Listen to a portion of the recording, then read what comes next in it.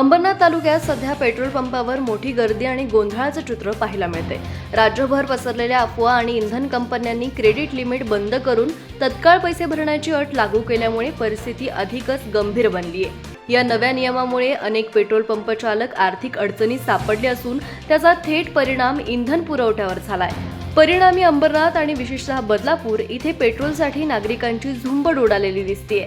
तर बदलापूरमध्ये परिस्थिती आणखीन तणावपूर्ण झाली असून पुढील 4 दिवस पेट्रोल मिळणार नाही अशी अफवा पसरल्यानं नागरिकांमध्ये घबराट निर्माण झाली आहे। त्यामुळे शहरातील विविध पेट्रोल पंपावर लांबच लांब रांगा आणि प्रचंड गर्दी पाहायला मिळते।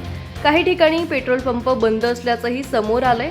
दरम्यान अफवांवर विश्वास ठेवू नये आणि गरज नसताना पेट्रोल साठवू नये असं आवाहन प्रशासनाकडून वारंवार करण्यात येत असलं तरी पेट्रोलचा संभाव्य तुटवडा आणि दरवाढीच्या चर्चांमुळे नागरिक पेट्रोल पंपाकडे धाव घेत असल्यानं शहरात एका प्रकारे गोंधळाची परिस्थिती निर्माण झाली आहे।